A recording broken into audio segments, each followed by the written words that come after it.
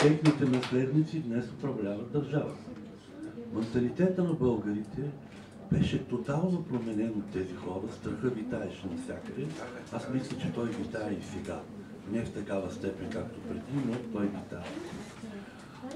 В един проект, който работя в момента за манипулациите на прехода, ходихме в Германия, в Естония, в някои страни.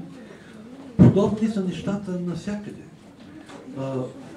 Германската комунистическа партия се преобразува в социалистическа партия и нейните лидери са тези, които водят преговорите за обединението на Германия. И представете си, най-важната точка, която тези лидери поставят като основа на преговорите, да не се отварят досиетата на тайните служби на Щази. За радост и за наша нерадост, в Германия гражданското общество реагира светкавично, завзема всички районни и централни управления на МВР и на Щази и запечатва досиета. Една част са били унищожени, но не толкова такава голяма част. И единствената точка за обединението, което успяват да прокарат това гражданско общество, е да се отворят досиета. В България, тук се каза за ролята на КГБ, 40% от досиетата са унищожени. При унищожаването присъства генерал Фьодоров от КГБ. След събитието, след 1989 година. Давността за лагерите.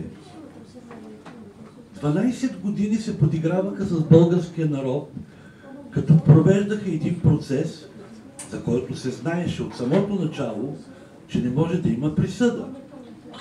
Този тип процеси продължават и сега, защото се дават под съд хора за деяния, които не могат да бъдат осъдени. Това е една игра, едно лицемерие на бившите комунисти, които са навсякъде във властта. И аз имах преди 2-3 седмици едно интервю с един от техните бивши лидери, който наричат стратег на социализма, и просто не спах 2 нощи. След, когато му казах, Европа сложи равенство между национал-социализма и комунизма, той ми отговори, това е кощунствено. Разбирате ли? Това са изключително важни неща и колкото и 20 години да се опитваха да не говорим за това, да не се преподава в училищата, документите изглядаха преди 5-6 години, но те не се продават, примерно, книгите за документите за репресиите на горяните не се продават никъде. Те могат да се купят само в архивите. Едно такова полумълча.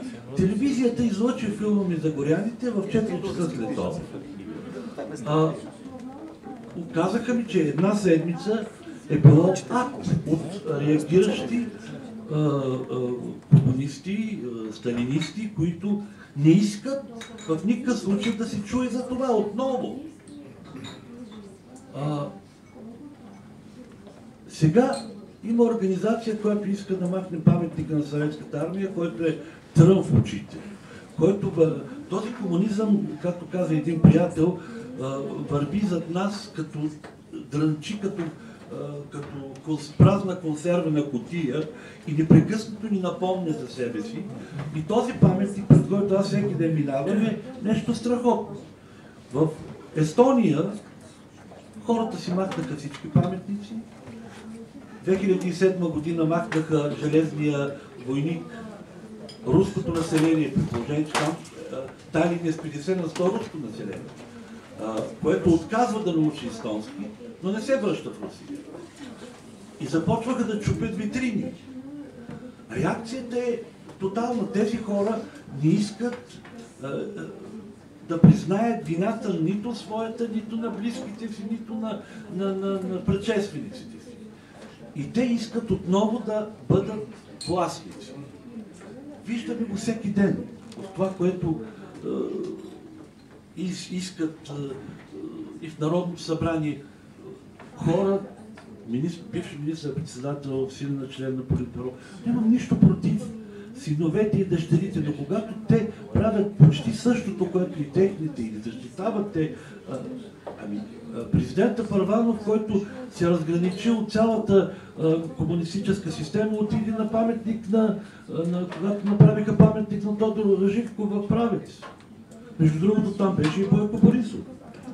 Видите ли, това са ужасни неща, които карат хората в България да се побъркват, да не знаят какво да правят. И когато вие заговорите за паметта, всеки по някакъв начин е може би замесен с някого. Защото нямаше друг избор. Хората трябваше или да казват, че са верни, или да се правят на това. И едното и другото беше така, днешна гледна точка е не много красиво. И хората предпочитат да не говорят за това.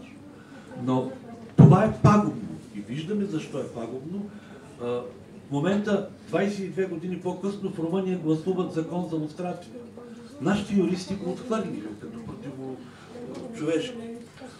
В момента Унгарската социалистическа партия, която помогна за прехода, в момента тя е пред забрана. Всичко това е защото не е прочетен на страницата. На Великото народно събрание, този стратег, за който говори Александър Лилов, казва, че трябва веднага да затворим страницата. Тогава Жельо Желев му отговори: съгласен съм, господин Лилов, трябва да затворим страницата, но в никакъв случай не можем да я затворим преди да я прочетем.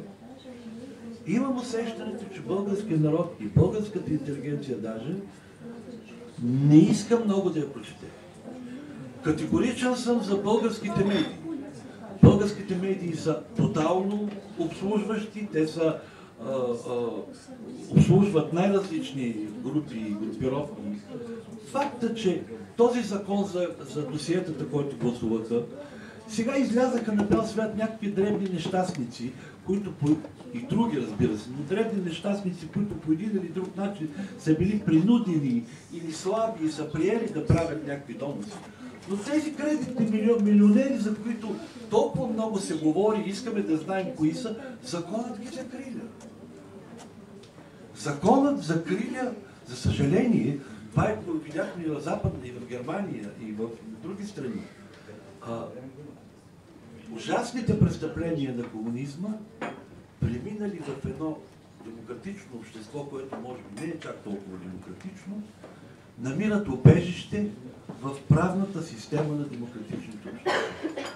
В момента всички големи началници на Щази са се преборили чрез съда да получават огромни пенсии и никой не може да ги спре.